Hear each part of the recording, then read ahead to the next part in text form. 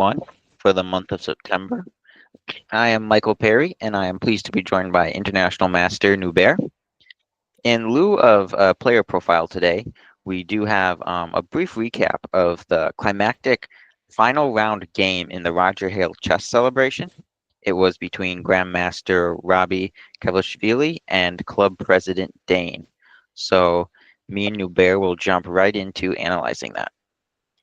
Good evening, everyone. Thank you, Michael. Let's directly go into the game. So Dane was playing with white pieces here. He opens the game with queen pawn d4.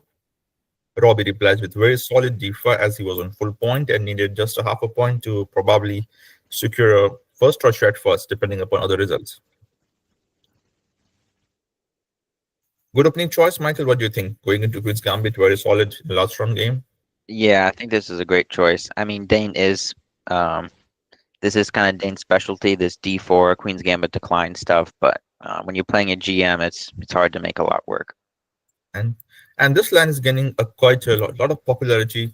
I just saw this being played by Sarana against Magnus in this month's Title Tuesday, like this week's Title Tuesday, where they just changed the format, and Sarana did win here. I mean, the first thing he did here was he gained some time, and in the new Title Tuesday there is no increment, right? And that few seconds maybe ended towards helped him towards the end to win against Magnus. Okay, Magnus took here, and they had a game with e3, c5, so many things. But the point I wanted to make, this line is getting popularity, and Dane is quite updated with this, because okay, this is pretty known, and sometimes you play this and you just surprise your opponent. Yeah. So e3 at 6, not the most ambitious reply, of course. You should try to play like Magnus. Magnus did nothing wrong in the opening apart from burning some more time or seconds on the clock. So e3 at 6, bishop h4, castles, knight f3, and we are very much into something like a last card defense here. If you play knight e4, and the line goes something like bishop e7, queen e7. If you capture, they capture usually here, and if you play rook c1, then they just try to play like takes c6, knight d7, e5 like stuff. The line established by the second world champion and the beginning of Queen's Gambit at top level. Let's put it like this.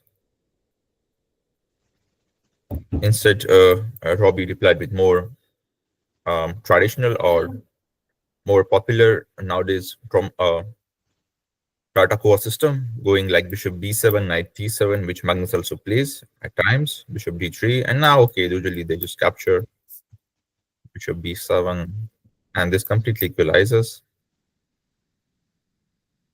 Maybe this is not that much necessary. You could just go c5, rook c8, queen c7, queen b8 if necessary. This gives white time to get something like rook d1.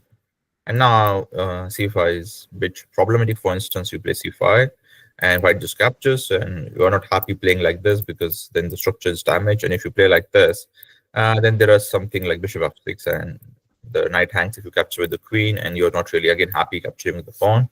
So some concession black has to make here, and c5 is not possible. And if c5 is not possible, then actually black has not completely equalized. Maybe he was worried about bishop a6 or something, but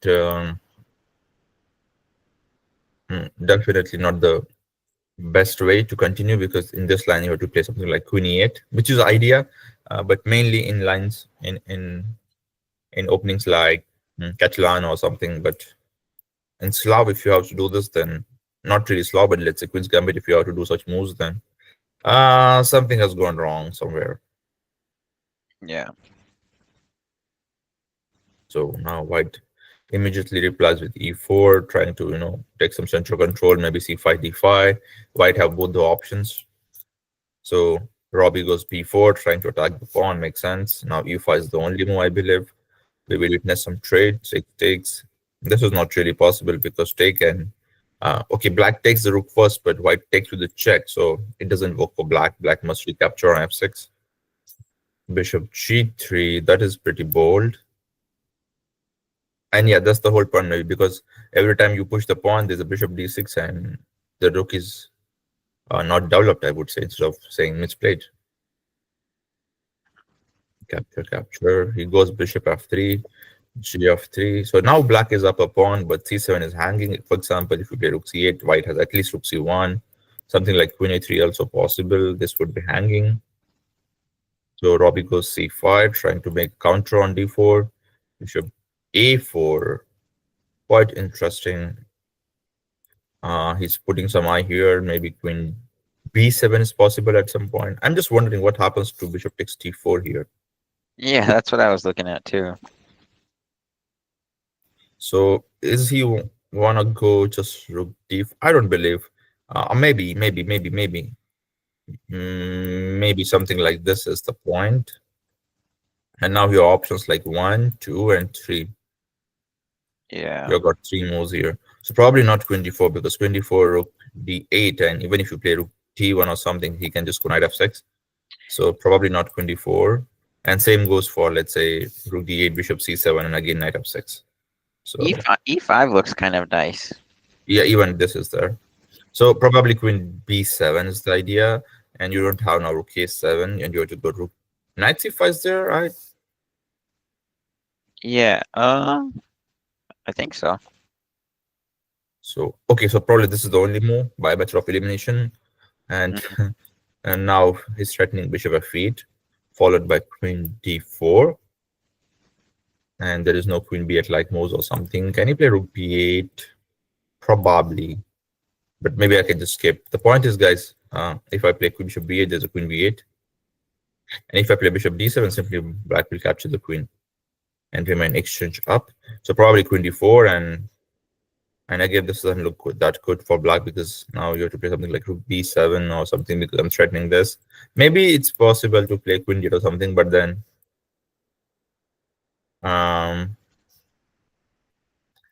maybe I can just play queen a7 or rook c1.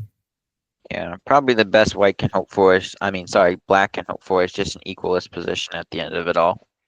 Probably, and that's why Robbie went rook a7, preventing queen b7 prophylactically, as he can play this move anytime. Uh, Bishop d6, bishop d4, rook d4, cd4, queen d4. But now this buys a tempo, and the rook has to be moved. And the problem is after rook b7, probably bishop f8. Okay, you have to take it because it's checkmate. So king f8, and now black loses a piece here. And that's why he played, oops, cd4, queen d4, queen to a8. Maybe he thought after bishop f8, knight f8, he will be all right. But he missed this bishop c6 tactic, Mhm.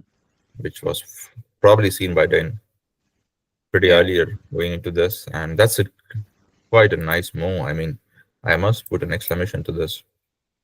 Yeah, very pretty. Yeah, I mean, very good, nice intermediate move. And the whole point is, the rook is hanging on his, and like you capture on c6, which you must capture. After bishop f8, you're not only threatening queen g7 checkmate, but also queen takes a7. So it's a double attack, and black has no option but to capture the bishop. And here he generously offered draw to Dane as a down exchange. And probably it's close to equal, because let's say queen takes a7, queen takes f3, and we have some kind of a perpetual here. Let's say white just captures, and queen g4, king h1, and like this. Okay, white can go here, but it's a risky choice. And then there's a queen h3 check, or knight g6 coming, knight f4 coming. So definitely risky choice for white as well, because you only not only lose pawn, but you also risk your king safety, and there are no real defenders here. Yeah. So probably fair result, and nice game by both the players. Dane, almost utilizes half of his time, and I think a very good tournament for him, winning first three, and then I probably hit. I think he took one game draw, and Yeah. and yeah, so 4 points. I think pretty nice score by Dane. And I think the opening really helped him out because I mean Dane Yeah. actually used to be my coach and he really specializes in those Tarvikova positions, excuse me. Uh-huh. So I think he really benefited from understanding black setup. maybe which is partially why he was able to scrape a draw from a GM.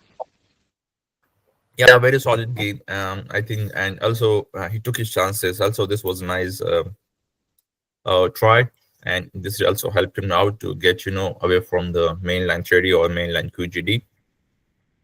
And also they showed he's an experienced player, experienced master, and at the same time, Robbie being an experienced grandmaster, he was just playing for two results and he didn't want to risk it much. He played a solid game, and when his opponent replied with strong moves, he just maybe thought of maybe draw is okay because he's anyway winning the tournament. And yeah, I think uh, good result for both the players.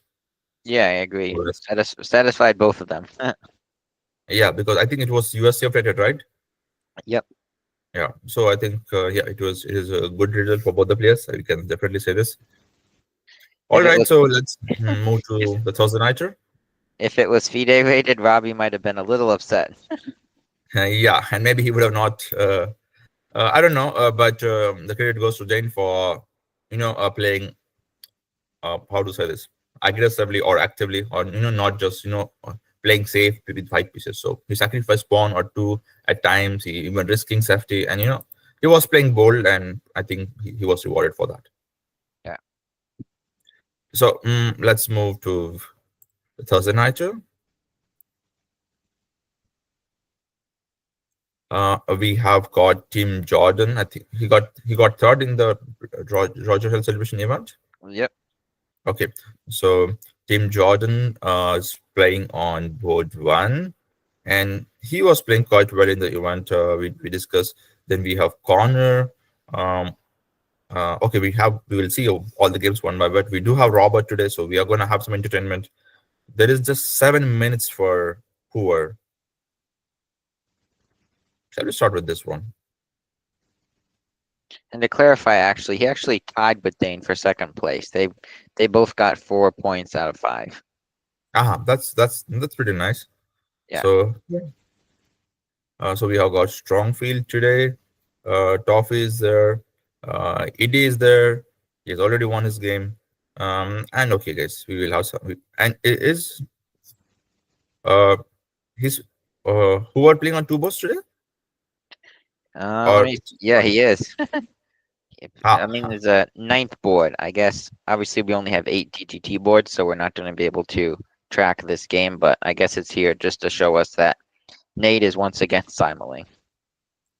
all right. So let's start with this one because if Robert is playing, guys, we should start with this game because it's always interesting. So it is Scotch or okay, d4, ed4, knight d4. Not really.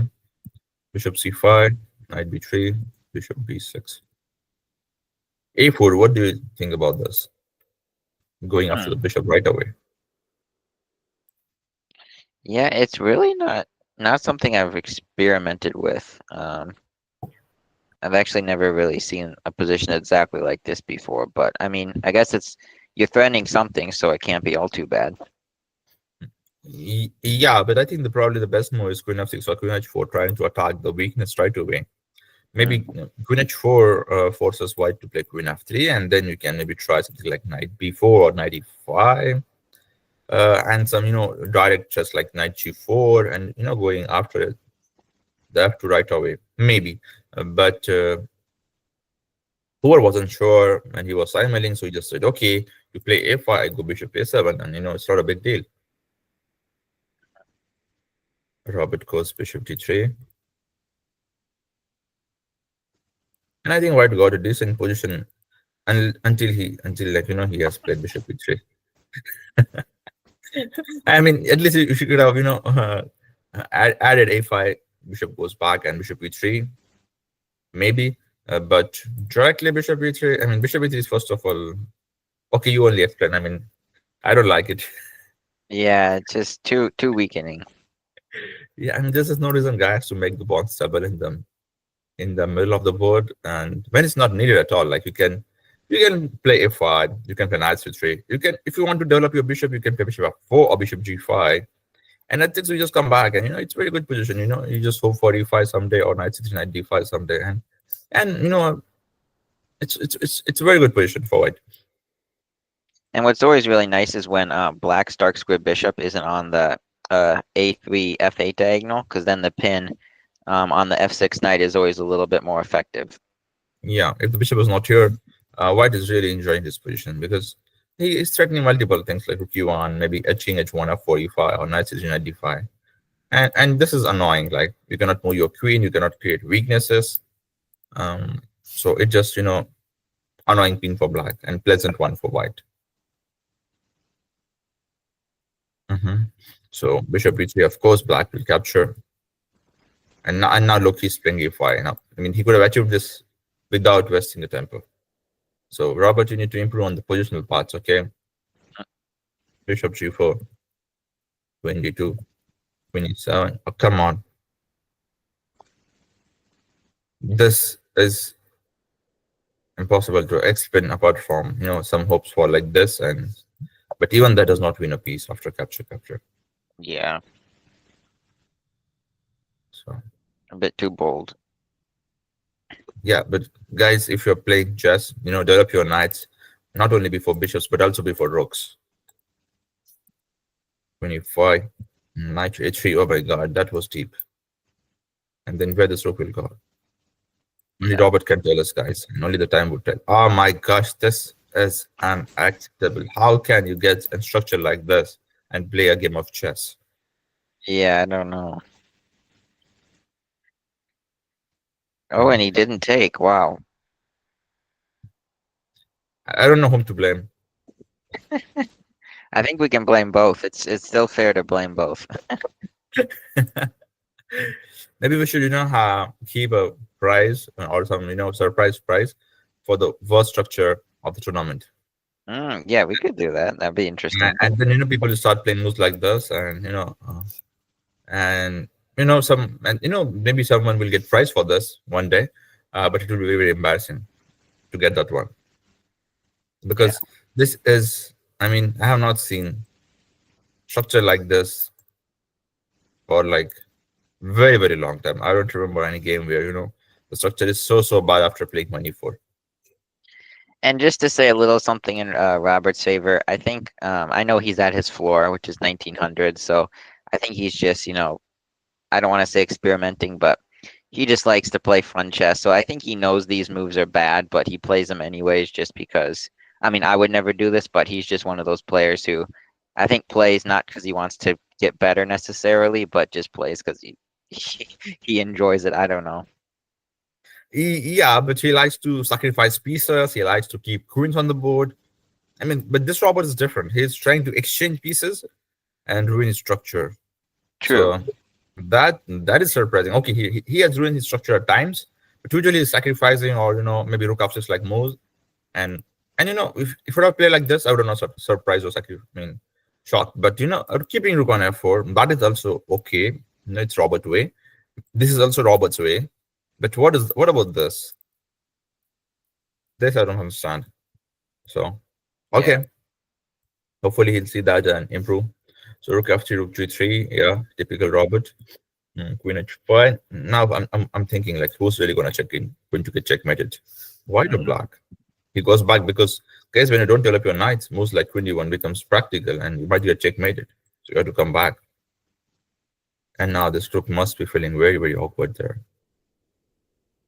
Though he finds a Yeah. way to attack the pawn. It's almost getting trapped here.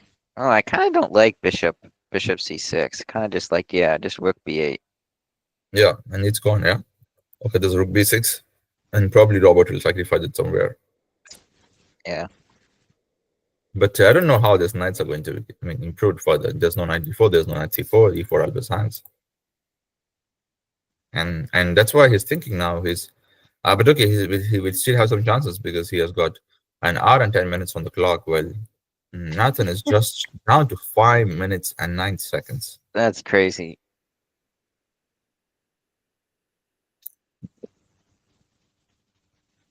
Wow. Okay, so maybe let's move to Tim Jordan's game where his opponent, Babcock Thomas, is also down to 5 minutes. And looks like he's in some trouble here. There's some pressure here, but he's up a pawn. Let's see how this happened from the beginning of the game. So it is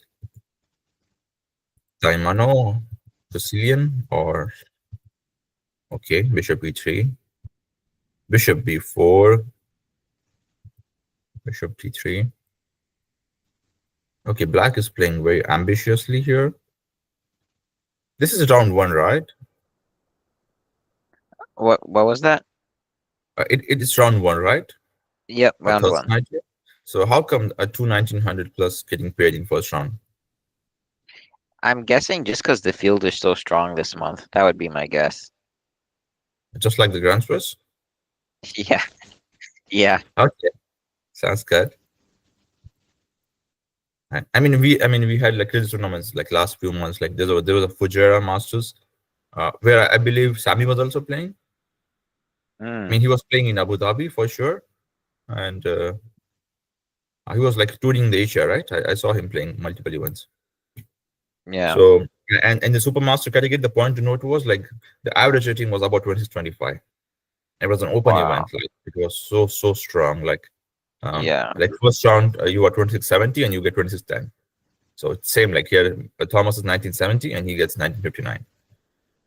yeah, And like we saw like Prananda, Gukesh playing 2700 or 2670 plus in round one. So and all games you face opponents like this. So if you're yeah. in good form, a very good tournament to play. But if you're having tough time, it's.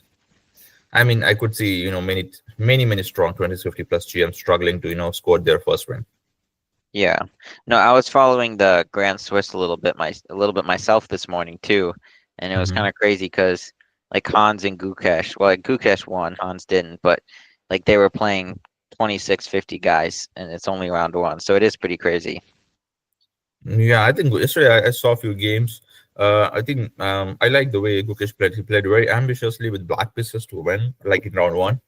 Okay, Prague. Then Anish also played a very nice game yesterday. Mm. He really took his chances. Like I mean, he played Sicilian, he played Nastrov, and he went for a line which is not so great, like considered to be great against Armenian Grandmaster, and that was also an interesting game to watch. And one more notable game I think was with it, the former winner of Grand Swiss. Uh, this time managed to win the first round, so actually he did had a great result, but he was feeling. I mean, I saw his interview post game. He was saying it's hard to repeat because the same performance as he could not as he didn't manage to lose the first round. Yeah, So he thinks if he loses the first one, he has a great chance to win. But as he has won the first one, he believes that the chances are less to win. yeah. And I was watching a Hans interview, and his game was a draw today, and he was basically just saying that if you can He also made avoid, a recap. Like I saw his video as well, a bit. yeah, yeah, and he was He just was basically walking saying and that. making a video. Yeah. Yeah, yeah, and a car drives by. But he was just saying that if you can avoid the early losses, then you're in decent shape. So even though he drew his first game, it's not the end of the world. Yeah, like if you have a score like 3.5 out of first five games, like 3 wins and 2 draws or something like that, or even 2 wins and 3 draws out of the first five, you are still doing very good, I would say. Oh yeah, oh yeah, Because usually like on 7 points or 6.5, the winner will be, I mean, the winner scores that many points. So it's really hard to score in general more than six for any grandmaster because the average rating you play is around 20-50 at least. hmm So okay, so we have knight g4 here unexpectedly because black has e5 probably, and okay, you can take a pawn, but at times it could be risky. But here I don't see anything because the bishop is very badly placed. He goes for it, and look at his time with 1 hour 32 minutes and 36 seconds. He just grabs the pawn on c3, no fear at all. Yes, yeah. That's typical Jordan style. yeah. f4, trying to do something on the queen side. I'm pretty sure if we have Robert playing here, he would capture and take on f6 right away, Probably. which is probably the right way. But that's why maybe Jordan didn't go for d6. He thought for a while and went castle, capture, captures. Do you think maybe f5 was better there by any chance, or can then black play d5? Mm, I think White needs to open up the position no matter what because he has got two pair of bishops, Mm, and this pawn is a big headache. Like it would be better if he loses this pawn, or if the diagonal gets open, then he will have some chances.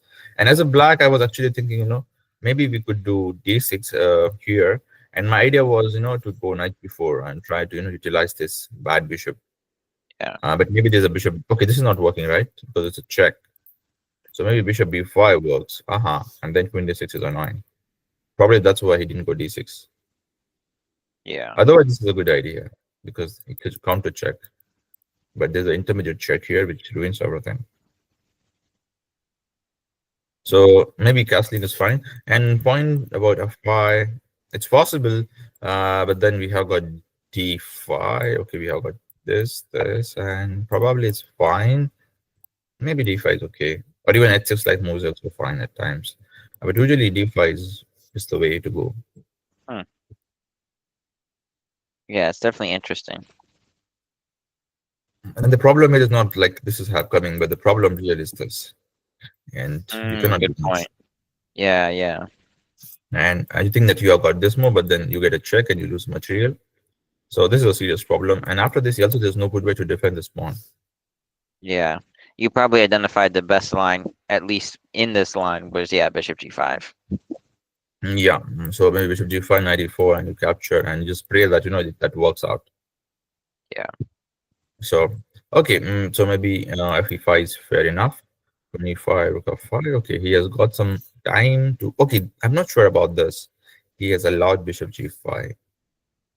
The only question is whether he should be giving check or I mean he should be pushing it directly or include bishop g5. I like bishop g5, but Maybe you're right. Bishop g5 makes more sense. But then d5, he was banking on this move. But wait, can't I just capture you? yeah, I think so. But then you don't have to worry about this. Like you get a tempo, you develop your bishop, you have queen c5 check, and you are sorted. And True. that was his point. Okay, so both players are back to safety. Rook b5, a6. I don't like this. Okay, maybe this is the problem. But still, I don't like that. Yeah. He's going for the pawn there, but the queen d4 is very, very. Maybe this is heading towards a draw because of the activity of black pieces. f5, no, black wants more. I don't know what's there for this. Am I missing something? He just wants to play this, what? Because a1 hangs? Maybe. So he sacrifices another pawn.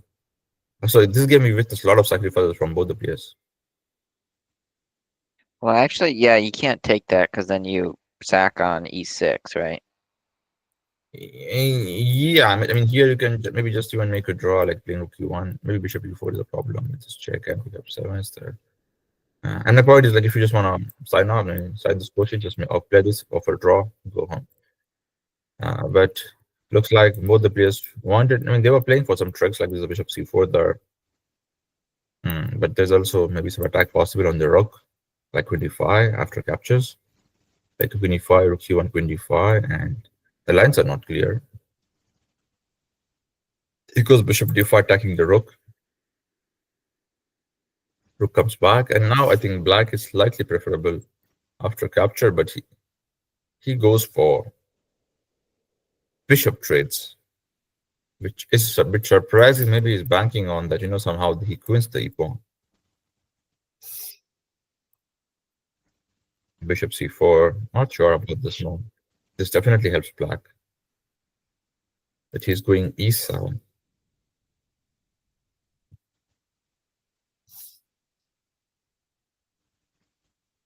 Going after g2. Queen to d4. Queen to f4. This doesn't look good to me for...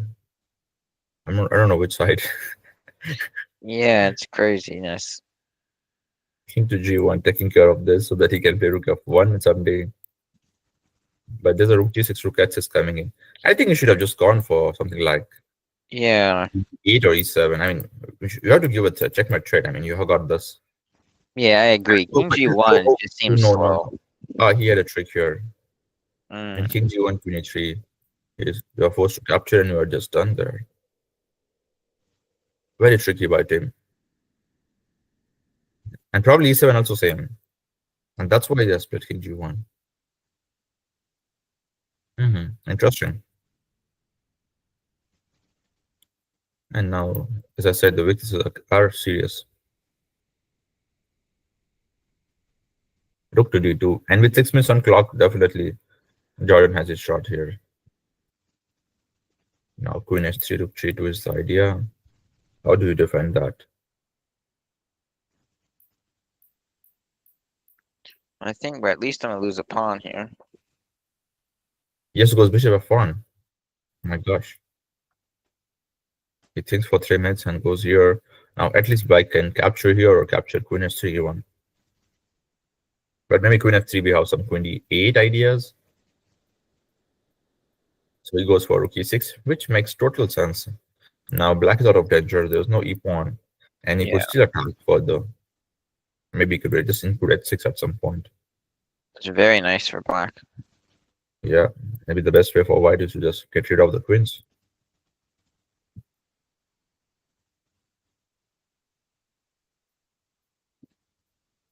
And yeah, he plays H6 and now he's all set to again start his business. He went Rook E1 at times. Queen to H7. But he's maintaining his time, like he's making sure that he has 2 to 3 minutes on the clock and trying to exchange pieces here, but probably that's not gonna help. Wow, Rook E2. Boom. Threatening what? Bishop G2 here? Yeah, So but capture, capture. And down to 2 minutes. yeah, he must have missed Rook E2. It's a nice tactic. Yeah, it's nice intermezzo, what we call it. Overload. Oh, okay. So what a white is it's it's a it's a nice tactic, guys, as you say. Uh, Bishop can't do everything. yeah, and he has to go like this. I was wondering if this is possible somehow, but maybe just capture, so it's not gonna work. So yeah, he had no option but to capture, and this is sad. Black has at least Rook C2. But you like it or not, you have to go there because there's just no other way to defend it. If you play G3, then I mean, better resign. Hmm. So even I mean, this move is also equal to resignable because you lose a pawn. But then you hope someday that you will get the A pawn for A, and then you have 2 versus 3, and you have some drawing chances in the end game. But the sad part is after Queen S2, Black is not going to allow White to reach end game. He'll capture here probably Bishop E4 and some checks like this F4, F3. And especially with 1 minute on clock, it's very, very hard. He goes for it. Jordan still with 1 hour 12 minutes. Hmm. I'm guessing Thomas will play Rook A1 here. I don't even know what else you can do. Maybe you can try to play actively and do B6 or something and Hmm. try to hope for the drawing line. Good point. Yeah. But probably that also loses instantly because, oh, sorry, not this. I mean, he just needs to bring his queen to the dark squares. And then Queen E3, Queen F2, Rook C1 will just. Maybe Jordan can try F4 then in this position. If like I get, well, it's Thomas's move, but if Thomas plays Yeah, there are two oh, ways. You try to get F4, F3, or you just try to put your queen on dark squares and finish off the game on this diagonal. true, yeah. F4, F3 is also very straightforward. So he played Rook B3, so he's worried about the F pawn push, but he's given up his A pawn. Yeah, I mean, with 1 minute on clock and this King's FT, he had little choice. Yeah. And rook b3 doesn't even really do anything to stop the f pawn push, but I think the f4 is a good idea because you just shut down the queen and you take it the pawn later, or you just push f3. It's up to black, how he wants to win. I think now for the first time Jordan's gonna think and take some time because there are multiple ways to win, but no, he wants to go home quickly. mm, he always does. Okay, let's stick to it. The game moves are happening fast.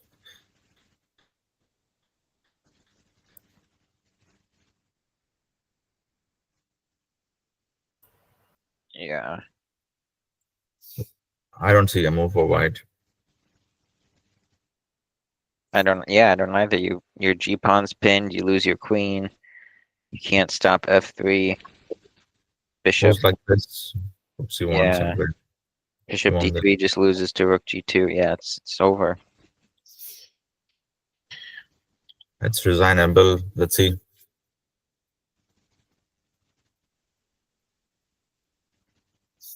This is what is it? This is kind of like a right triangle, as Hikaru would say. I mean, if you Uh, look at Black's pieces, they're all kind of they're in a square, but all cornering the g2 pawn. oh wait, what? He didn't capture on g2? Whoa. Rook c1. And maybe he just wants, I don't know, queen e6 and queen e1 mate. Come on, how can you play bishop e4 on earth? He must I mean, be you just just have playing with queen. him. Yeah. It's a pin, buddy. Yeah. What is this? He He must cannot just be capture on g2. He'll he just play must be queen having g2. fun. Yeah. It's a pin. It's a pin. It's a pin, and that's why it's always better to play moves like queen f6, queen here, and try to get on the dark squares. And that was the point which you missed. It's a pin. Yeah. Mm, and that's why a famous grandmaster says the pin is mightier than sword, and that's why it's yeah. By the way, I had found one nice line in this. So as we were struggling to find a move here for white. Okay, we have now this move, but let's say you touch queen accidentally and you don't have option and you play queen h1. Of course, rook c1 wins. But imagine your opponent playing queen. I mean, okay, this check now ruins everything. But imagine the king is on a cheat, and this is a so nice line. Like you just capture, and the queen cannot do anything. And there's simply rook c1 bishop here. Yeah. That's pretty. Yeah. But okay, now it's a check, it pin everything. So now the beauty has ended. But okay, so he's going, okay, so that's why he gave a check, otherwise he would have lost a rook. Bishop e4, and still white is struggling because there's no queen f4. And now the queen is coming very strongly if you go back. If you Yeah. capture, also lose. Did he lose on time? I doubt it. Oftentimes the DGT is a little slow to update, so probably not. Yeah. Or All right. sometimes when it runs out like that, what it oftentimes means is that the game is over and it's just waiting to upload the result. Oh, there we go. Yeah, we have result, guys. Tim Jordan has won in his own way by having 1 hour 30 minutes on the clock. Well played, well done, Tim. And Thomas, I would like to just say, try to play a little faster next time because having this much time deficit is not good. Yeah, that's good advice. Okay, let's move to the next board. Oh, let's see how Nathan is going to handle 1 minute remaining on the clock. Yeah. Poor guy having to run across the room and play 2 different boards. So we left it around here where Robert offered a quintet, but Nathan said no. And we had this position, I think. The hanging rook or the floating rook. Mm-hmm. And finally, when the knight finds his way.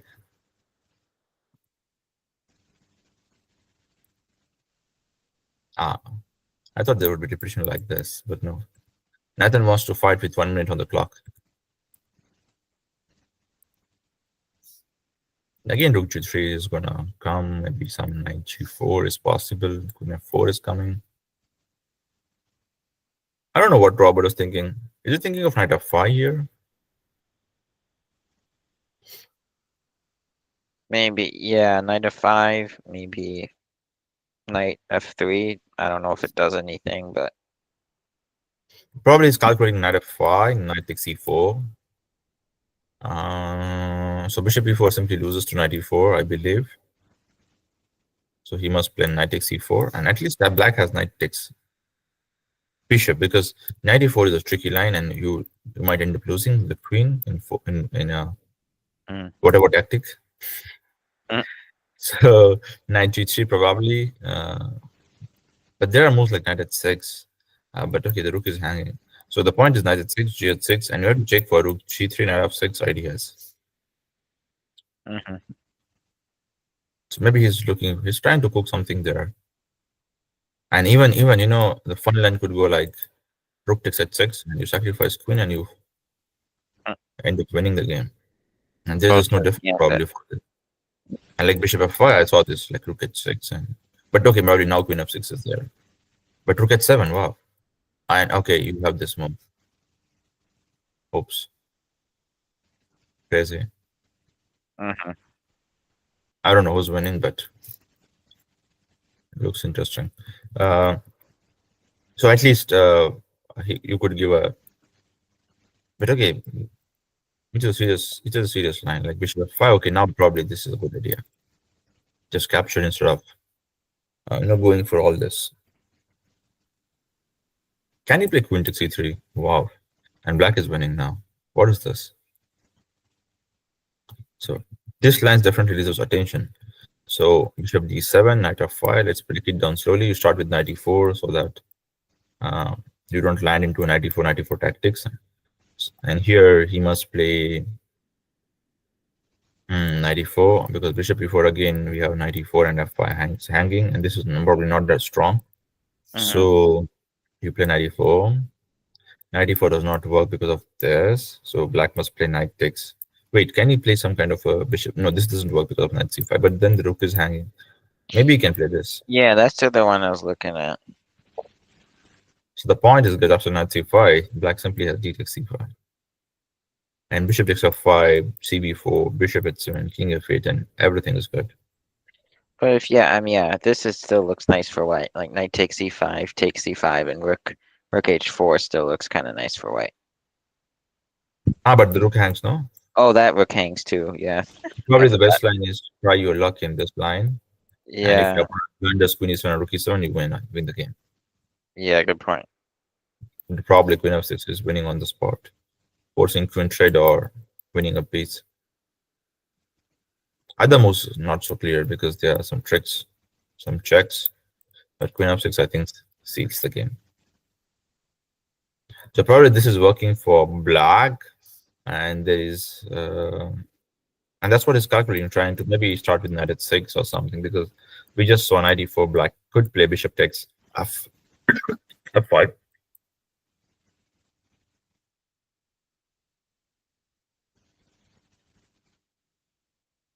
Yeah, it's too bad. It's a shame we don't have the Nate's other game on the DGT board, because then we could see how much time he has on that game. But all we know is he only has 1 minute on this game. And how could he calculate all this? Like imagine Robert playing this, and still it would be very, very difficult to calculate all this in like less than a minute. Like we are making moves, and still we are struggling to get the best moves. Yeah, and what Chris always says is that Nate never puts the boards right next to each other, but he plays like on one table and then he runs to the other table to play the other game. So it's kind of he doesn't make it easy on himself. And also, he has to write the score sheet, right? Yeah, yep. That's crazy. Only superhumans could do this. And he plays not a fight. I told you, look, it's a very good gamble. and Nathan be like, after thinking for a minute, I mean, he played this move at 18 seconds. Bishop is f5, Yeah. ef5, and just keeping it simple. He's still up a pawn. No, he's not up a pawn, right? So it's roughly equal. And Robert is there trying to do something, but probably it's nothing much after king h8 or f8, whatever you like.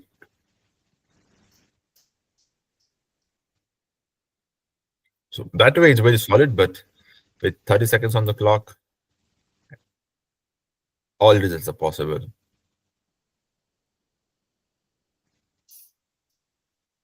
Okay, what do you think? F8 or H8? Mm, Okay, he uh, plays. well, yeah, I I mean, like this f8 better. Your king just seems a little more safe. definitely.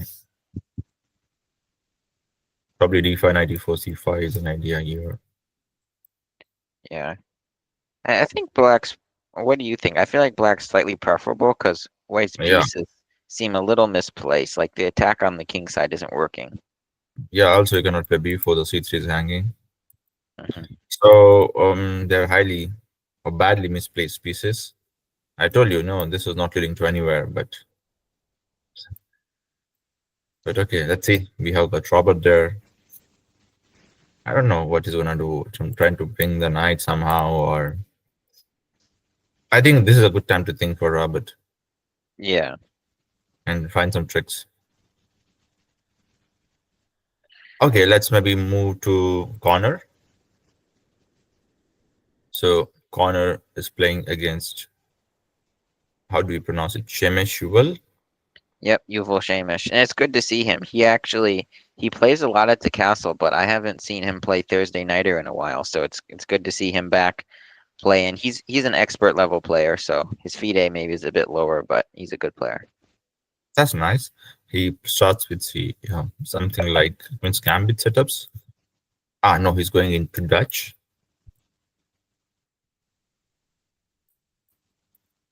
Okay. C6 cancel. 28. Queen C2. Queen H5. I like it. He's going for the attack, straightforward, no time pass, going for the kill. Mhm. E4, doubtful, because anyway black wanted to play F4. That was not good corner. You could have just waited for your time to strike. And now bishop G4 is just killing, no? Like, how do you? Yes, he has got a good attacking sense for sure. Wait, is there 95 or something which corner is banking on? Mm, But wait, F3, knight G4, F G2, and F6, and he survives. But wait, 95, F3, knight G4 doesn't lose. He has got H3, but I have got take and check. yeah. But this is probably just lost. Okay, I don't believe he can survive playing bishop H4. So what did he play? He played 92. Mm-hmm. Okay, why not F3 simply? Yeah, that looks really good. Why to allow this? Just finish it off. Yeah, yeah. Probably he wants, maybe he was waiting for, white to play F3 and it's a blunder. You just play bishop here. He goes here and it's a checkmate. Mm, Maybe hopeful. I don't know.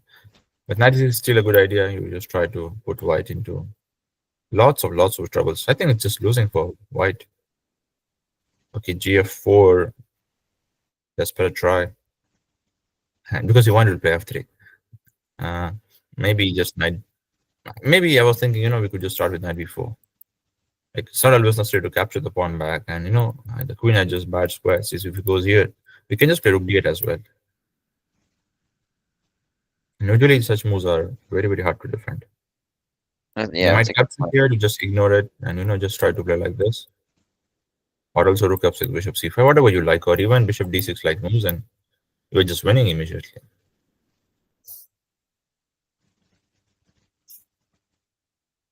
Like h3, bishop h3, fg7, you just block the head hand. GG. You just Mhm. want to give some check, for instance. Okay, let's just make some fun line. So even this is possible, win. But okay, even moves like this are winning, like take, check, all check, checkmate. Like this, for instance. So I just made, like, if you try to play very, very active. So probably knight b4 was more important because the last move was knight a6, and you don't always need to capture. You just bring all pieces and say that, okay, that actually helps me because you open diagonal, file, everything. Yeah, But okay, we saw e takes f4, giving chance for white to get f3, and now white can take a breath at least. Okay, now this also allows to attack this knight d4, a3 b4 in future. So still we have bishop e3, but black is still better, but white is not out of the game. Yeah. No, your knight before move's really nice. That would have been a quick win for UV. Yeah, is knight d3 working here? Probably, yeah. No, not. So knight g3, the problem here is, guys, after knight g3, f g3, there's a bishop g1. And this is a big headache. So that doesn't work, so he must capture. And now knight g3 is threat, right? He Yeah. didn't even defend the knight. Like, if he defends the knight, then at least knight g3 can play king g1, but come on, why not this? It just game over, right? There's okay, knight f1 is there. Maybe. So he's just trying to bring all pieces so that this is just a checkmate right away. But now the knight comes to f1, and when the defenders get added to the defense, then it's not that easy. But now maybe he can hit here or bishop h3. The problems are very, very serious for white always. 94. Now the h2 is, or g3 square is a bit weakened. What? This game ends in a draw? Are you kidding? Yeah, that's crazy. Corner offers a draw and black accepts it. Something, yeah, I wonder if that's a mistake. How can that be right? Let me check. I don't believe this. Yeah, it's a little. Yeah, and for See, my screen, it shows the last move was 30, rook f2. yes, same here. Uh, yeah, I If mean, black has accepted draw here, I mean, he loses respect from my side. Like, he has played so nice, so fantastic till now. Like you said, he's a good player, but I wanted to say that, he's much better player. But if he accepts draw here with 29 minutes on the clock, then he has lost all the respect just which he just gained, like by playing all these nice moves. yeah. I mean, at very least, you even have like, not that you have to do this, but I mean, queen takes f2 is always something to look at for black. You can bring your a rook into the game still. You can maybe reroute your c5 knight. So yeah, definitely more to play for. My guess is that he was just, I mean, he's down 40 minutes on the clock, so maybe he panicked a little bit and he's like, well, Connor's a little bit higher rated than me, so maybe I'll just try to make a draw. But look at this. I mean, just you need to give one more check and it's game over. Yeah. He could have also started with like rook f8 first. Like, he could do whatever you likes. Just take one more, bring one more piece, and it's game over. Like, look at the way how it's surviving. So check here, and they make a repetition. Then he plays bishop h3, rook f2, and they accept a draw here. I mean, he would have just bring pieces, yeah. Yeah, if I remember correctly, it was kind of like a couple, like he's still winning here, but it's not as obvious. And it's not as obvious because he missed those couple moves you were talking about. Like it's kind of like that f3, which we identified would kind of been nice if black would have played that quicker. And since he didn't, and he played the knight a6 move, which was still fine, but knight a6 kind of forced him to see that knight b4 line, which he ultimately didn't see. So it's almost like it was almost kind of like a chain reaction. Yeah, but still, like, I mean, he got the dream position. Like, if you look at this position, Yeah, it's like, beautiful. this is more than a dream for let's say, a Dutch player. Like, what do you want, like, more in life? Also, he finds this nice line. Like, he could play f3, but okay, he also find knight e6, knight b4, and it was like very good because f3 is not possible. Knight b4 is coming, so this is more brutal. Like, you have to play a3. That's the only move I believe here. And then okay, we will transpose into the previous line.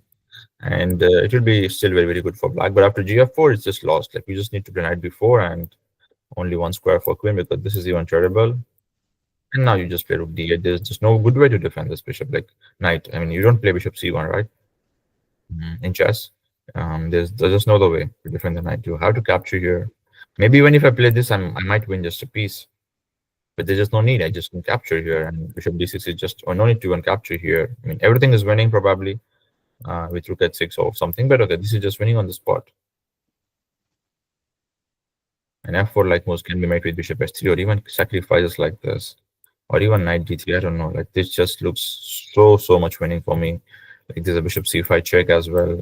I don't know how to start with what. Like it's overwhelming. Hmm.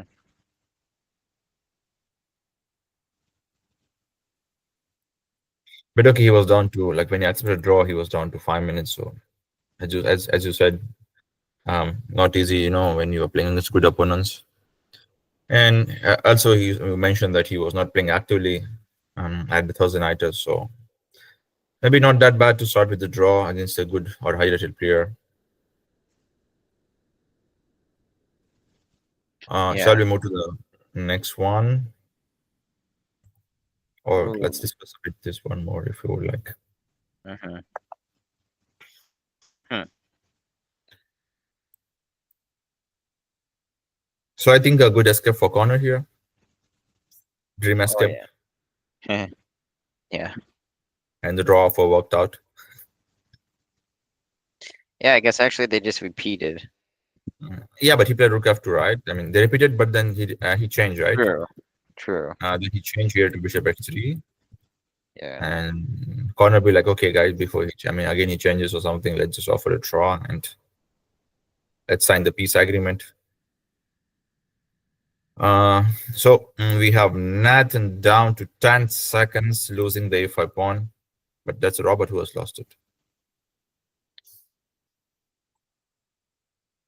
Okay, let's go back and see what really happened after the messy lines.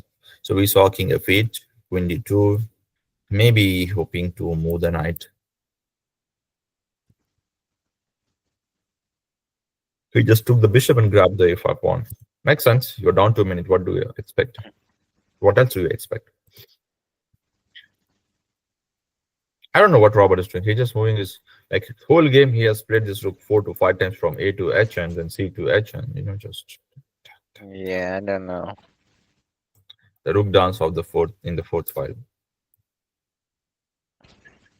I mean rook d4 again. Come on, both of them are just doing this. Maybe he wants to get the knight. I mean, I kind of want to get the knight to e5, but then maybe you allow f6 stuff. I mean Nathan. I mean Nathan is doing this. He's jogging, he's walking, he's running one after another. So I can understand. I mean him doing this. I mean, but if Robert does this, then he's not Robert, right? I mean, he has to find rook d6 ideas, something like that. So yeah, something like that. And hope they play king g8. Yeah. Or play h3, stop. I mean, give the sacrifice of second point. You have to give sacrifice if you're Robert. Might as well. You have to do it earlier because your only hope here is to win on time. Or hope that your opponent blunders in time pressure. But if you take time, then Nathan will finish off the ninth board, and then it will be difficult for him to survive. Yeah. Yeah, the main theme in this game is just piece misplacement, wrong plans, moving the rook too much. All of those things combined have really hurt him. So finally gets the b4. Now the question is he going to play queen a1 or queen to e5? I almost like queen e5 back a little bit. I'm scared if we go queen a1, maybe our queen will be a little misplaced. I don't know. But he has not played h3, so maybe I'll consider queen a1 more. Because once you have played h3, okay, your king is safe. But after queen a1, yeah, that's the point. So after king f2, the king is like awkward there. Like there are moves like queen h1, sometimes h5, knight g4, sometimes rook e5, rook f. I mean, ideas like that. And if you play something like this, then it's a pen. You can at least play knight e4 or something like that. Apart from d5 ideas and rook e5 making double and stuff like that. He just goes c5, going for the kill. He's like, yeah, now this is going to be interesting. So rook d6, and finally we are going to witness a sacrifice, I believe. And this makes more sense than the previous line because now Robert is going to smell the blood, I believe. I just hope he doesn't make a double rook sacrifice. No, no, no, no. He won't go that crazy. But now this was completely unnecessary. You're down to a minute and you're allowing rook d6, rook d6. Yeah, it is. Yeah, I agree. There's a great point here. After rook d6, he has got queen c3. Oops. Oh, good point. Yeah. And if this happens, this will be very, very frustrating for Robert if this comes on the board. Yeah. And there's a very good chance if he plays fast, this might happen. Yeah, if he plays fast. If he spends, I would say, like at least a minute, I think you'll see it. I mean, I wonder what. I mean, he has to take the pawn on c4, right? I mean, c5. Yeah, but then rook c5, and I don't know how you defend this. Like, you've got so many weaknesses. Yeah, I mean, you probably don't defend. It's just what what prolongs the game the most. So, guys, just one move. You just needed one move here, to get a king to safe square, and you get a game to fight. Yeah, I So, think the key is like what's important in the position. Robert thought what was important was preserving his b pawn, when what's really important is king safety. So that's a good point. so always make sure that you have safe king, and don't risk with king. You can sacrifice a pawn or a piece or whatever you like, but don't risk with the king, as if the king gets attacked, the game just ends. I mean, if your opponent checkmates. So, okay, we have got this position, and I think Robert has realized that Queen C3 is a deadly threat. He cannot move his favorite fourth rank. Finally, the rook has got some purpose now, official purpose to remain in the fourth rank. Yes. So, guys, we failed to explain you guys this move on move 13, but at move 36, it's clearly I mean, on move 35, we could see the whole point playing rook a4 so that he don't lose a piece in knight e4. That was too deep.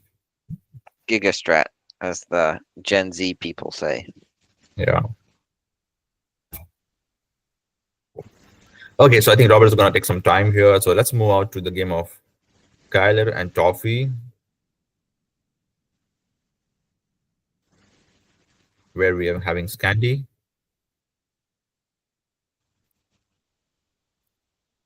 Oh, so it's going for the pawn. I've not seen this line for like quite some time. Black has, I think, decent compensation for the pawn. And yeah, Toffee was playing quite fast. Bishop d6, probably because bishop c5 allows some kind of a 95 or rook e1 ideas. I was wondering if there's a d4 or something. Okay, e4, rook e1 castle is fine. So d3 and okay, even going bishop g4. Guys, look, if you play castle, maybe there's s3. It's going bishop g4 right away. It's like no knight c3. Ah, he wanted to play long castle, seriously. Oh, Kyle's back. Good to see Kyle. He had taken a couple-month break from Thursday Nighter, but now he's back. Yeah, I remember he was playing in like last winter or something. Yeah. Yeah, In summer, yeah. He's a national master. I think his rating's currently under 2200, but he reached that mark. Yeah, he's a good player. He's a good player. I remember seeing his games last year for sure. E4. And Toffee's on fire. He's like, welcome to the Thursday Nighter. Mm. E4. I mean, I'm not sure about this, but not E4.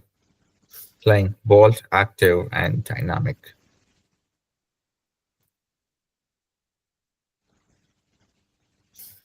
Oh, sorry. So bishop e2, and what's happening here? Knight d2 is possible. Knight d2, knight d2 is safe. Rook f5 is maybe possible. Maybe something like this was more to the point. You try to play f4, and the thread is still active because he's not really capturing here. You have got this move. But probably he was not sure about this. So bishop d1, we have got bishop d1. Yeah, so it works for black. The knight is hanging at the end. Yeah. So he could have done that. Because if you're down a pawn, you're sacrificed a pawn. So you need to play active no matter what. But now he thinks for like 7 to 8 minutes and goes back, which is not really a great idea. But still serves the purpose because we still have bishop s2 and knight hanging at the end of the line. So still works that way, but white could simply move his queen to somewhere. f5 would have been kept some pressure on this diagonal and some f4 ideas. Yeah. No, I definitely liked your F5 idea. So captures, and okay, still playing energetically, but the problem is white is absolutely fine now. Only way is you try to hit f3, h3 some quickly. I mean that's the only way, or you find some way in some line in which you hit knight with the rook. But I think white is in time to do something there. Knight e4 is also a good idea. If you don't care about this, you try to attack the king, and rook e5, trying to keep the bishop attacked. And again, he has got a point. Like sometime maybe he will play like this, and there's a bishop h2 again. Yeah, just simplify. Or also you can win a piece, like I mean 2 pieces for rook with this Oh, idea. So yeah, he's playing true. very very CP. Like Toffee is very very serious. Welcoming back Kyle on in the Thursdaynitis. Hmm. Yep. Bishop to f4, and one more sacrifice. I mean, come on, stop it, guys. So what was wrong with bishop e5, which was my first choice? Like you just attack the bishop right away. Maybe he didn't want it bishop e3, and the pawn hangs you cannot really take here. But he could still do a sacrifice and play like this. Yeah, this is the point. So yesterday I saw a Gukesh game, and he had a choice to uh, get back the exchange, but he preferred to keep 2 bishops, and that was very very brave. Mhm. He was playing, I think, French Grandmaster back row, Hmm. and it was a advanced versions Caro-Kann, and that was like very very nice. Like he was up a pawn, and he could have just captured the rook like this, and continue with the upper pawn, which is also better for him. But instead, he just kept the bishop like this and didn't even take the rook and capture another pawn and just play with 2 bishop pair. Yeah, For normal people, it's a competition, but for him, it was a clear advantage. yeah. I mean, I feel like that's something that's definitely high level. Like maybe titled players can see it, but like, yeah, I mean, up to a certain level, only like top players see such things. Most people are materialistic and will just go for the material advantage. Yeah, it was total like world champion stuff. Yesterday's game, I mean, it was great game. I mean, I just loved it. Yeah. And also, a similar line was played by David Howell in the first ever Grand Swiss. I mean, the same opening, which I mean, where also black player won. Um, so I think those are 2 games was really, really good in that particular line of advanced position. So, okay, something like this is also possible at times. You just sacrifice material to get some weaknesses and maintain the bishop pair advantage and keep your king safe. But instead, we saw rook e5 and some crazy sacrifice. And this was not captured. Now, I don't understand why. Yeah, I mean, maybe you can even try f4. But f4 maybe some queen h3, bishop f4. But what if g3 like simply, yeah? Yeah. Yeah, I'm not seeing the win for black, so No, there's not only any concrete line. Like, okay, black can give some threats, but there's nothing concrete. Maybe queen h5 is the one thing you can be worried of. It could be. There's also a7 hanging, so yeah. even if you make moves like bishop c6 at times, just sacrifice and go rook d1, and black king is not so safe. Like, you could grab some pawns and threaten like bishop a6, bishop c6, or Mhm. even start with rook d1 like moves, or like this. But okay, hard to understand. He played rook d1. Makes sense. Maybe he just want to simplify his game and win a pawn or the two and just convert. A6, bishop d3. Yeah, white is playing very, very safe. Like, look, he's not Whoa. interested at all. Like, he's like, and this is Yeah, very, very simple. whoa. You are just winning an exchange, but he's like, no. He has also seen the Gukesh game, and I don't want the rook. I prefer keeping my bishop. Yeah, I'm a bit surprised though, because that was more obviously just good for him. Yeah. Now, this is obvious blunder, guys. Don't play f4, thinking that there's a bishop d1, if e5, and you all got something like this. But black has simply rook e3. Probably that also wins because the queen is hanging and there's a check. So yeah, f4 is a clear blunder here. So you need to just move the rook somewhere, and again maybe white will not capture or find some way to sacrifice something. One interesting line is also bishop a6. Like oh, he played it, and the point is bishop d1 queen c6 is a checkmate. And if you capture, the whole point is queen c6 or queen a6, and you just capture the d6 and the e5 is hanging. Mm-hmm. But wait, this had one problem as per my calculation. So bishop a6, the point is b a6. So queen d6, I thought there's a bishop c7 at least, and rook d, but probably rook d8 wins. King rook d8 is not winning because king d8 and there's no rook d1. So he has to play this, I think. Oh wait, am I missing something? Like queen a8 check, bishop b8, and now something like bishop e5 or rook d8. Yeah, rook d8 is the point. Now king d8 loses bishop and queen b8 loses bishop e5. This Yeah. is gone. So this is just gone. So this is totally gone. So king b8, and now rook b6. Rook d6 is there. So let's say he starts with queen b6 check, force king c8. So queen a6. Okay, so it's just transposition to the main line. And what to do after this? Because rook d6, there's a rook d6.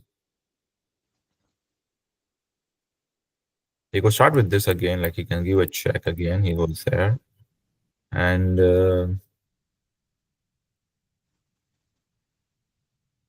At maybe very check. least, we have 3 pawns and a furious attack for bishop. Yeah, probably this is the best, but still the problem is we don't have something like queen e8 coming in something because it's a double pin, like, so one rook still remains on the diagonal. So that doesn't work like rook d6 queen b5 ideas or something like that. Yeah. Also, It's a little funny in that he could have taken the rook 2 times and gone for something a little bit spicy, and then when he finally does go for something spicy, it doesn't really wait, work. in the game he just blundered. We have bishop a6. Wait, am I correct? Yeah, Oh if I'm not wow. wrong, he just blundered queen c6. But wait, there's a mode. It's not checkmate. There's a mode to it. Yeah, he must be thinking he can survive after this. But I mean, how? It's. I mean, I can just see it's finished. E5 is also hanging. Bishop b5 is also coming. Yeah, now you're just down 3 pawns. You know, if you just play it simple, even. Yeah. King e8 is the only move here because Yeah. otherwise you drop the bishop. And at least you can do bishop b5 here. I mean, rook d8, bishop e5 is also there, but why not to give a check first? Force him to inside and just capture maybe. Yeah, he just missed queen c6. Oh wow, there's a rook e1. Oh no. So bishop d8, and yeah, if 27 is rook e1 is there. So maybe just capture and convert this. Something like that.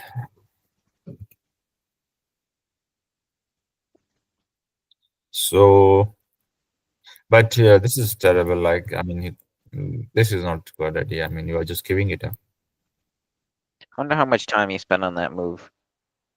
He played it instantly, more or less. Like he had got 5 minutes. 1741 and he played in 30 Oh, seconds. oh wow. Yeah, he thought Connor blundered. I mean, Kyle blundered. Mm. Now he's thinking because, okay, he played it. He didn't have much option there. Queen b7, king d1.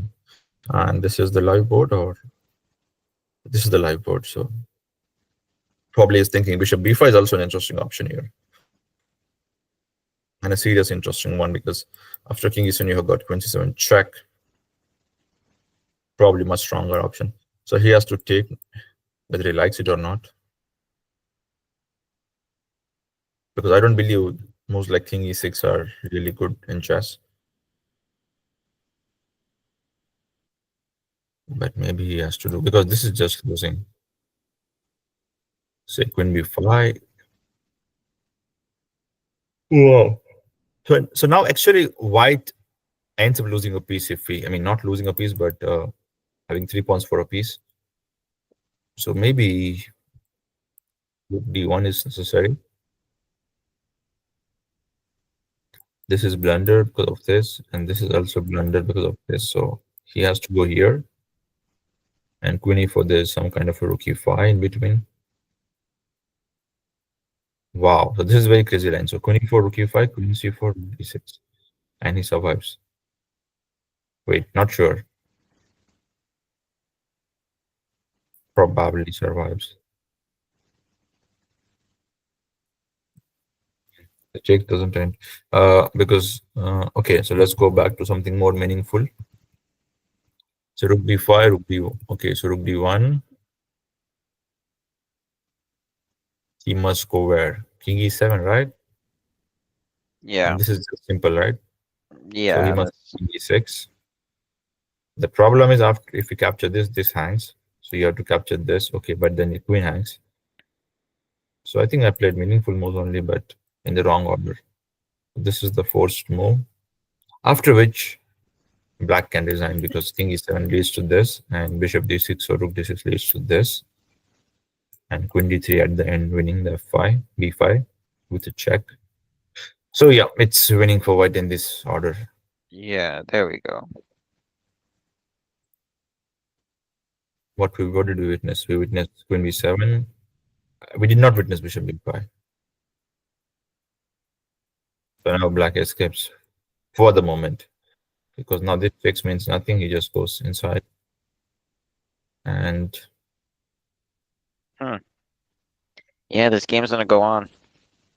yeah, white will be still up 3 pawns up. Yeah, true. I yeah, but he would have finished the game with the right check.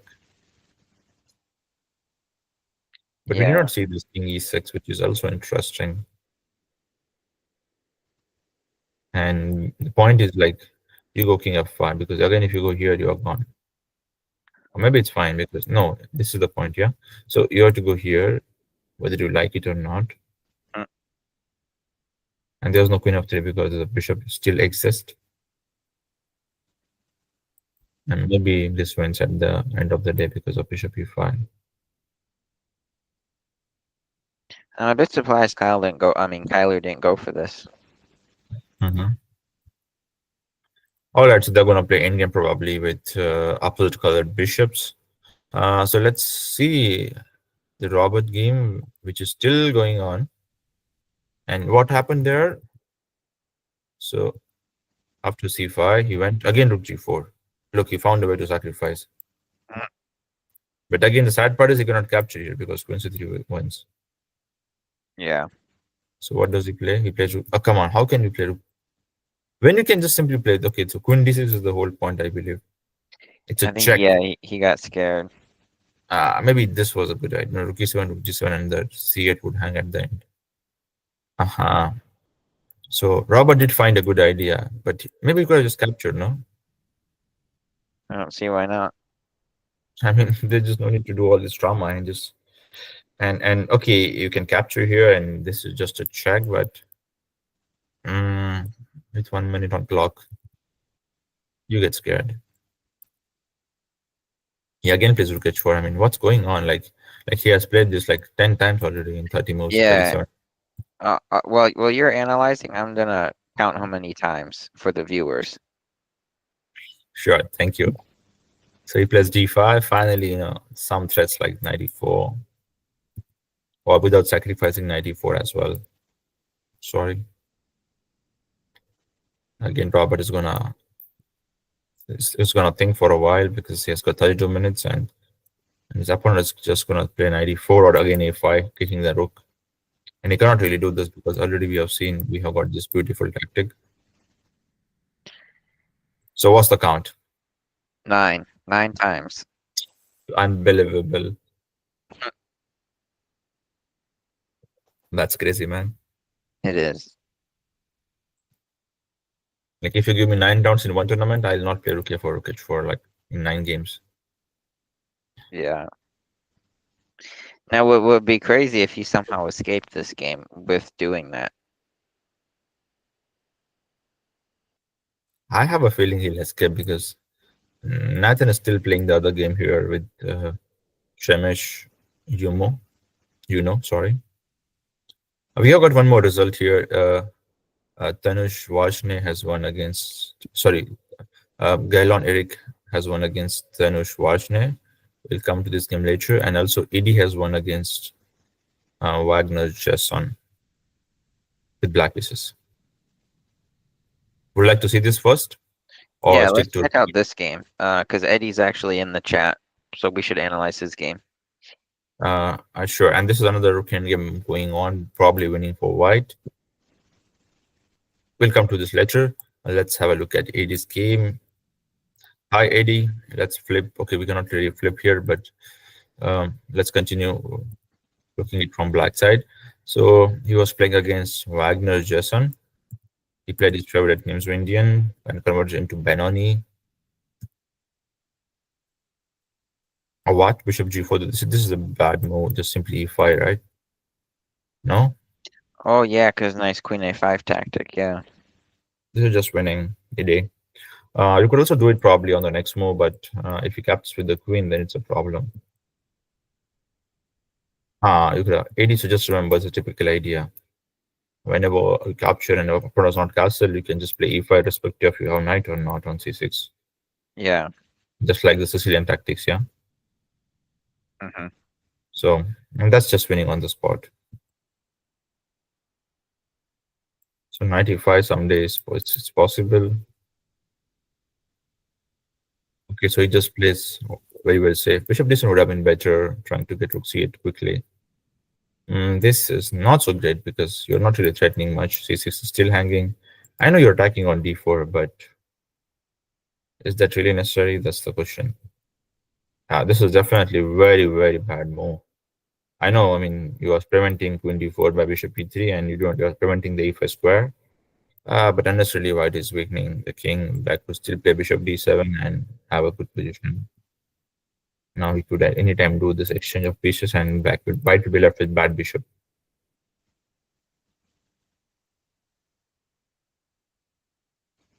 And yes, we saw. So finally, this was unnecessary, and he lost a pawn because he forgot that c4 hangs after rook c8. So good calculation by AD there, knight d5, trying to mix up things, trying to do something. Knight d5 straightforward, bishop d5, because c d5 probably lands into queen b2 as well. Bishop d5, but wait, is he allowing double bishop sacrifice?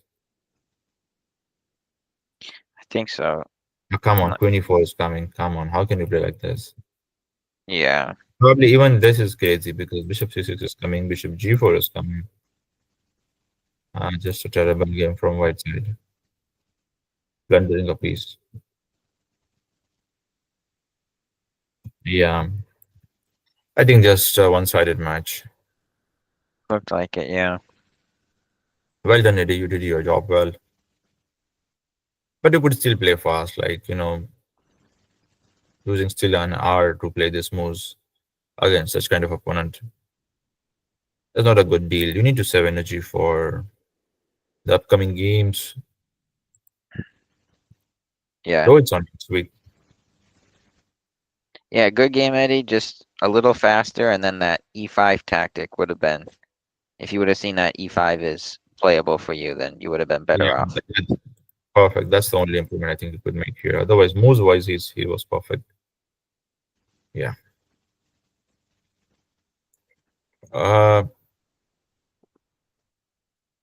We have this another game going on between Michael Flaherty against Jeremy Keller. I think this is from the open section. I mean the B category, right? Yeah, that should be the open section. So let's see. So it was a ready position, a grandmaster like play in open section. Mm. Like they are playing serious grandmaster level chess, like no exchange, just nothing, just trade queens, play a pure endgame.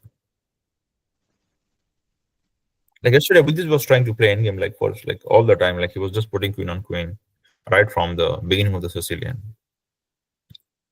So that reminds me of that. This Who game. did you say that was? Vidit. Oh, Vidit. Like he played e4. It was Sicilian And he was just putting queen on queen, like from move sevens, eight, and whenever he get chance, like, Mm, and then he managed to trade queens and play a favorable endgame and to convert the advantage. So yeah, here also white got a favorable position activity. The bishop is almost tired.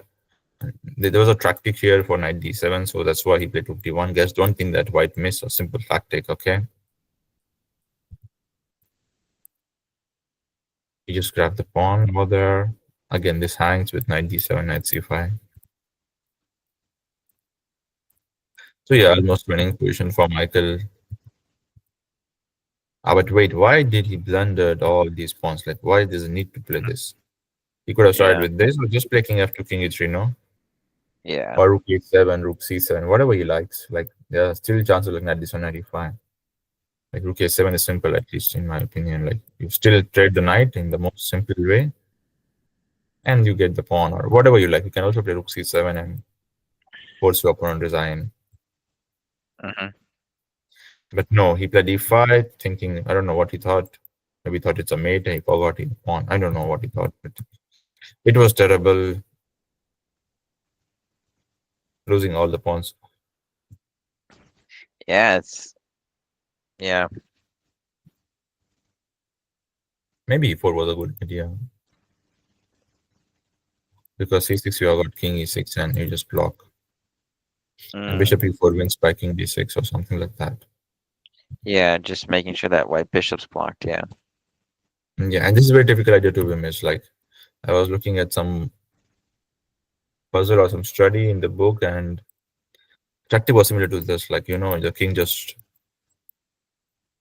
probably some a guard book, and where the in the end game the idea was like this, and the player completely missed it. Like a very strong grandmaster, like world top 10 or something.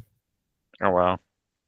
So sometimes those moves are necessary to um, block the active pieces and create pass pawns. Whoa. I thought Black Hat was just gonna play Rook C8 and try to stop the pawn as quick as possible. Yeah, I mean he needs to play rook c8, and but as we saw many mistakes in this game now. I don't know what to say. I'm just interested in seeing the final position, which is going on. Okay, Jeremy has won it. Oh, wow, really? I mean, if you play moves like bishop f5, I mean, how on earth do you expect to win this? I mean, come on. Yeah, I This don't is too know. much. This is not this is not giveaway. This is Christmas gift. Yeah, you have to keep fighting here. I mean, what kind of move is this? And you think that you can queen upon by moving the bishop somewhere? Black's just so much quicker. Yeah.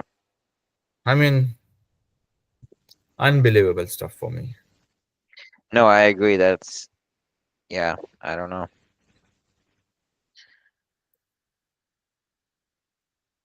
Well, it looks like our next game is maybe Norm Myron versus Tutica Nanika. Yeah, sure, we'll go to it. I was just checking, if this happens or not. I just want this rook c3 to happen. So Yeah. before d5, 24, and rook c8 again, Robert is in trouble. And now I think he's in serious trouble because this is unstoppable as it's attacked by two pieces. Even if he plays rook b3, he can do the tactical short rook with rook c3 and knight e4, ending the game. And if he moves the knight anyway, knight e4, knight g3 is coming. So it's finally the end for Robert. Mm-hmm. Yeah, too much pressure, too many weaknesses. Yeah.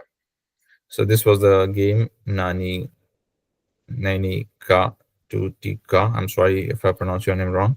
Against Norman Myrin.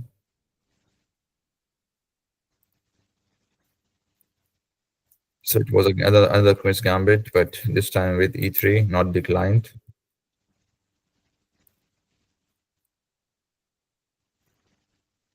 Is this Rob open or not Yeah, I sure? think this would be the open. Open. Okay, so we're going to have some fun, guys. Usually they play bc3 and e4, but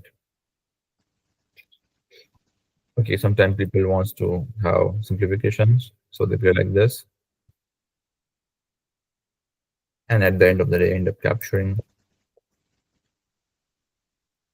So pleasant position for white, sense of control, activity, good bishop versus bad bishop. Yeah. E4 coming next, maybe bishop f1, e5, and a Oh, Greek gift would have been a nice thing to look out at some point. But instead, he goes knight b3, knight c5. No, he doesn't. mm, Strange. But I think at the end of the day, she will or he will come back to b3 yeah. or f5, even creating more weaknesses. I really Not like how White's playing this. He hasn't really made any mistakes and just has a strategically better position. yeah. Also plus time on the clock. This looks terrible for black. Just simply losing material. I think White This just is played a simple game and this is converted the advantage. this is my candidate for game of the day so far. Pretty clean. Yeah, but to me, like lots of strategic leaders in the beginning, like so for example, the opening is not so ambitious. They just no need to capture for black here. If he captured, then he should play c5 or something. And he moves the same piece twice. Again, like this is unnecessary. He could have played castle or c5 or queen a5 to justify his play. But knight d7 again, and not. I mean, hard to understand. e4 is coming all the time, so Yeah. even is correct way to play. So you can simply go back. So lots of strategic mistakes that way to me. Like I don't see the black's point going back when the queen was not even attacked, not trying to get c5, e5. White not playing e5, white not playing bishop d3. I'm sorry, but lots of strategic mistakes, hmm Yeah. which Black again he made should have White look kept the, better than it actually was. yeah, again he should have kept the knight on queen side, sorry, king side, try to attack the king by simply bringing the rook like in any fashion after pushing e5, but he goes for knight c5 and c4 ideas. Again, f5 is serious mistake. And finally, okay, simplifies. So yeah, conversion is probably the great or the clean. This is also nice. Just trying to improve pieces and creating another weakness if he pushes. Also, this is good, preventing rook b2. The conversion part is very nice, very clean. Probably going here. Oh, wow. Nice. I like it. Even not rushing with f4, g4, g5, bringing king back and then pushing probably. No? Okay, it's going for king at 6.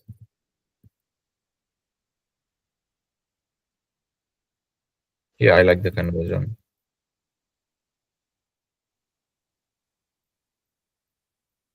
That was nice. hmm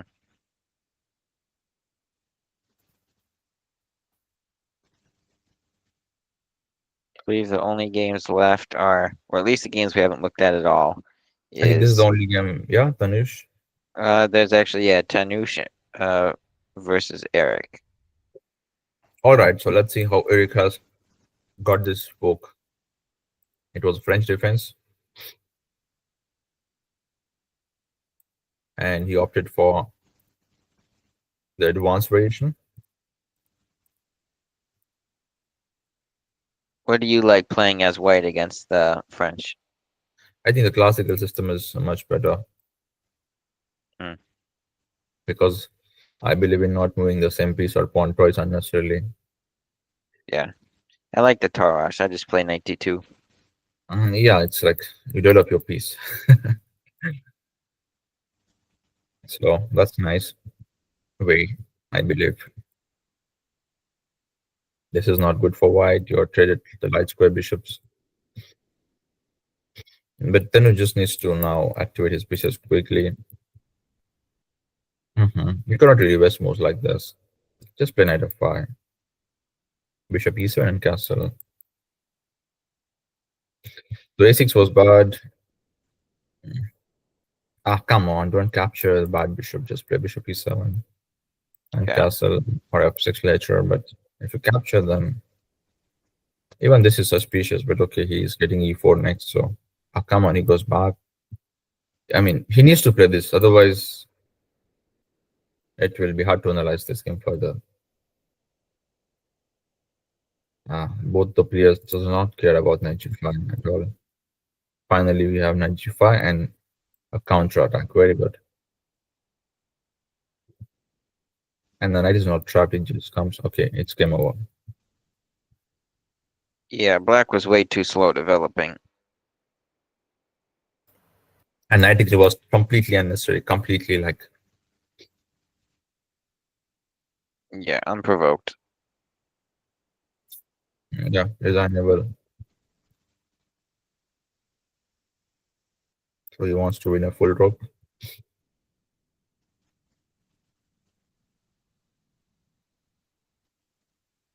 He could not find a mate. Maybe even like this was nice. This was nice, I believe. You sacrifice and you do this thing and then find a mate like this. And if he goes here, then you just capture on d6 and play e7 next. Yeah, Only that's only pretty. to give the check, yeah. If you give the check, you achieve nothing because again attack will come. So just capture, play e7 and say game over. He cannot touch the b pawn, c6 summons. He cannot touch the king. He cannot touch the rook because it will land into a fork. And if he plays king b8, okay, just for fun, you can even play like this. Mm. So yeah, I think mhm. I don't know what to say, but for black, I think black has got a good position out of the opening, and he could have okay. A6 is maybe still fine, but no. In general, just play knight f5, bishop e7, castle, and try to play rook c8 or f6 ideas. Yeah. Develop before pawn moves on the flank. Yep. So that's from that's like the recap of the open section, guys. So we have Eric has won the first round. We have got Jeremy who has won the game in the open section with black pieces. Thanks to the opponent for the beautiful blunder here.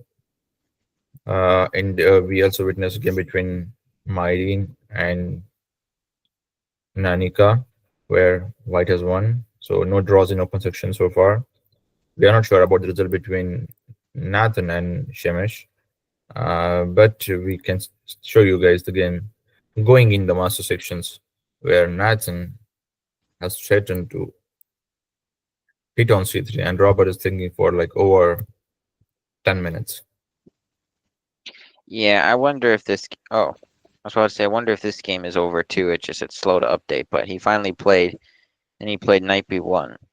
And yeah, today we saw another surprising thing: Robert offering queen trace multiple times and Nathan refusing it. But I think now the time has come to finally accept the queen trade, give some checks, and just seal the victory. Yeah. So the easiest way is you can start with knight e4 check. King moves somewhere, you just capture on d4, irrespective of whatever he captures. You capture on g3, you capture the bigger pieces, and at the end of the day, you capture the pawn. Mm. We do have one more game going on between Zeller and Toffee, which we left around here, saying black is white is a 3 pawns up and should convert the advantage with 25 4 or something. Okay, he just needs to improve the bishop and the game is over. Okay, this would have been nice, but this would have been nice. And simply f7 hangs. Like he could have just exchanged the queens or found something like this. But instead he went for this and trying to push the b pawn directly. Okay, preventing any h4 ideas there. Maybe we could have tried this, but black is just trying to put some cheap pose, allowing queen c7. They should be losing, in my opinion. And also, you can just play king g2 and say, no worries. Queen, he goes Yeah. queen f6, which is also fair enough. You have to capture and you just play b7 next, and your opponent cannot defend longer like this.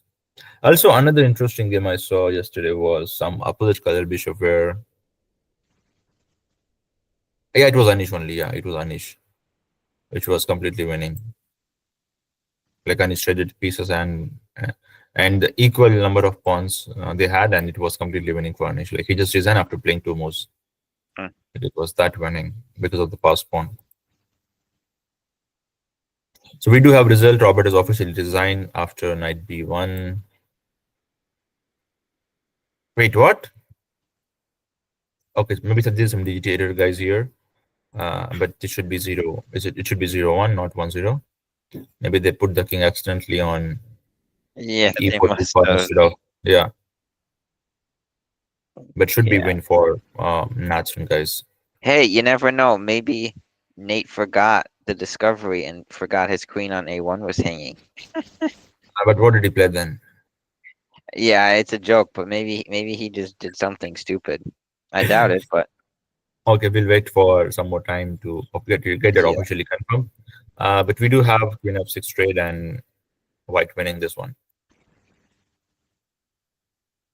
And then I was looking over the chat and going back to the Eddie game when we were saying he should have played E5. He said in the chat that he didn't play that because um he said let me find it here. So guys, we are talking about z5, which would have kept him up a pawn. He said, I know I could have played E5, but I didn't really like the position after castles, knight C6, and E3 takes, bishop takes. Okay, just play bishop e7 castle, or even d5, I believe, if the tactics are working in his favor. But Yeah, okay, no, just bishop e7 castle is also fine, I believe. yeah, I think you're just still up a clean pawn, so I don't know what he was um saying exactly, but yeah. Maybe he didn't like this playing with this, but it's fine. Fine. I mean, you're up a pawn, and you anyway end up playing position like this in Astrof with equal material, right? So here you're up a pawn. So what's wrong? Yeah. Okay. Going back to Kyle's game, where he played b7, bishop h7, and now probably he'll just go after this pawn and try to create another passer from king side. Also, he could go on the queen side and try to create something. But the easiest plan is to create passer on two different diagonals, as we discussed in the camp. Also, then it's winning easily.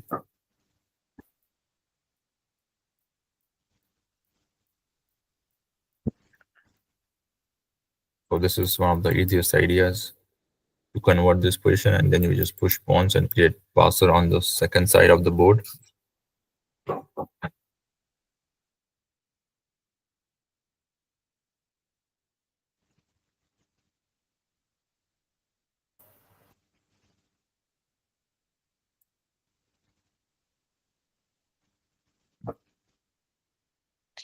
And maybe I forgot, but Jordan Tim did beat Tom. I guess we did cover this, but yeah, after bishop e4, Thomas resigned because his king was just, or he flagged. I mean, DGT shows him at 000, so maybe he Mhm. did just flag. But either way, he was completely lost. Yuval and He- Connor, this game, yeah, this was the weird draw where UV missed a couple chances. Everyone at the club calls him UV. He missed a couple chances, and then they made a draw later on in the game. Nathan and Robert, this was Robert's 9 rook move game, and Nathan eventually won.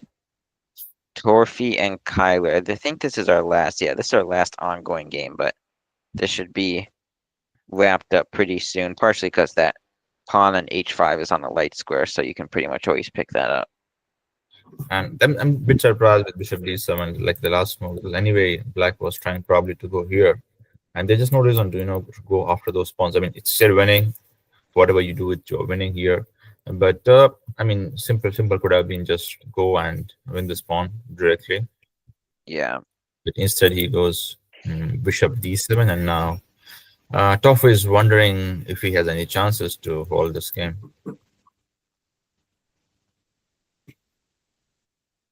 Yeah, I expect this to be over though in probably like a minute. Like here itself, like he had chance to just give a right check. He Yeah. started bishop b5 check here. It's GG. and he doesn't have. Definitely missed opportunities. Yeah, just taking c7, e6. I mean, also he could give a check and capture on c7 at least, and everything is falling there. Uh, but instead, he went a bit I'm not crazy. saying this is what happens to players, but and I probably have done this though myself. I think what sometimes happens, especially, when you're not, at the top of your game or you're not like a top player, is you see a line that's winning and then you see another line that's also winning but just much better, and you go for the line that's not as good just because you want to play it safe. When you should go for the other line because it's just maybe +6 when the other line's +3. But Mhm. the worst player or the less experienced player, will go for the winning line, but the not as good line. So I think that's an area where we could all improve, um, just because we want to play it safe. So Yeah, guys, it's important to play bold and believe your calculation than playing on your intuition. I don't understand the last few moves here for white, especially like he plays bishop d7, then black goes for this pawn, and okay, still completely winning for white, but then he goes bishop f5. Like what exactly is trying to do here as what? Then he attacking this pawn. He's going to capture this one now, and now okay, he's going for h4 finally, h5 finally.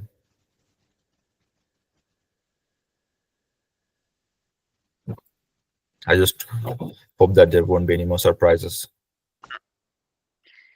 yeah,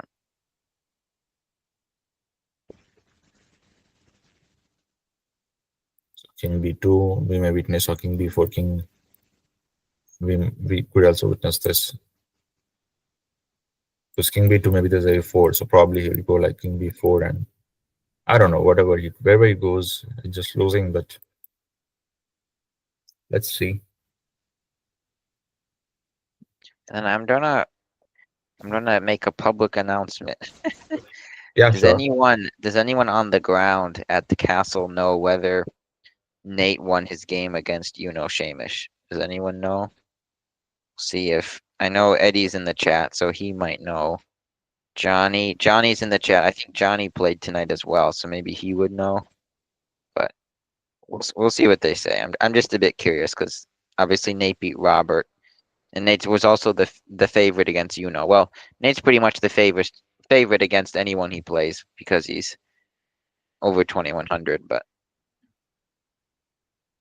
okay, Eddie said that um, Nate flagged against Wow. Crazy. Because he was low on time already on one board. So quite possible. That's actually pretty big news because Nate is the um, defending champ from last month. Last month he won the Thursday nighter, and he usually wins the Thursday. Well, when Connor's not playing, he often wins the Thursday nighter, and sometimes when Connor's playing, he still wins. But so I mean, so Nate starts off with a win and a loss in the same round. I don't know how that works, but But above all, like he won game in the master section and lost in the open section. That is the yeah, most surprising to me. yeah. No, oh, I guess yeah. So he's still doing great in the top section. Maybe he'll still win a prize, but in the open section, he's not doing as well. Yeah. And maybe you know this, but Nate is Thursday Nighter initially wasn't even a prize tournament. People would just show up, play their one serious classical game, and go home. But Nate Mhm. started giving prizes out of his own pocket. But then he Oh, usually wins. He usually wins them though, so it's really funny. yeah.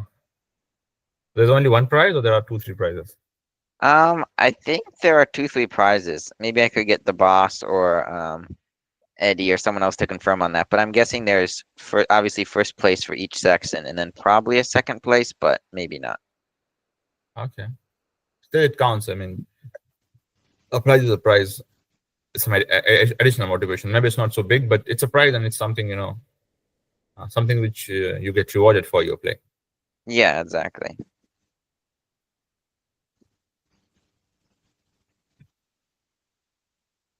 Chris says he thinks it's 150 and $50. Okay. So that's 200. decent. Yeah, it's decent. Yeah. So if you win tournament luck, it's like $40 for every game. Yeah. Oh, sorry, it's not. It's 150, so $30 for every game. And Chris So said it's first and second. So the top two places in the top section get prizes. that's nice. That's nice. So okay, finally just pushing the pawn, and also he will also push this pawn. We will have two pass pawns, and then he won't be able to hold those on two different sides, as we call the principle of two weaknesses in the end game. And it will be win for Kyle. Yeah. This game should be over here any second.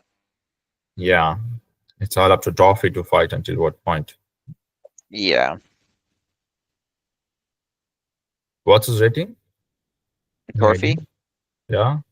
Yeah, he's actually been on a surge lately over the last couple months. He's dropped a little bit since then, but I mean a couple months ago he was just like in the 1700s, but he peaked in the 1900s lately. Okay. So attacking the weaknesses, just newly created weaknesses. It's getting attacked here. The king is stuck, cannot go move much.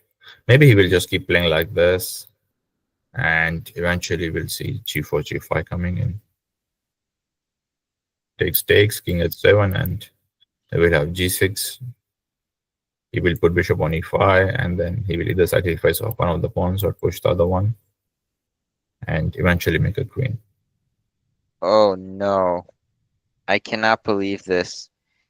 What You know, happened?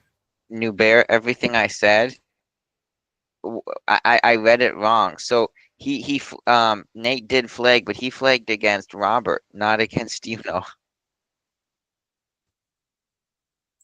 Are you kidding? So you're saying that Robert won this game after playing this move? Yes. And he's still playing against but unfortunately we can't watch that game because it's not on DGT. That's so unfortunate. Poor Nate. What I can say is Robert has his own way of winning games. Yeah. So the DGT board was right. Robert did win that game. Unbelievable stuff. So guys, you need to believe that you have a chance to win any game. Just hope that the 1 in 100 chance your opponent is simuling. Okay, so why not? He's pushing the pawn. Yeah. He's just playing this for no reason.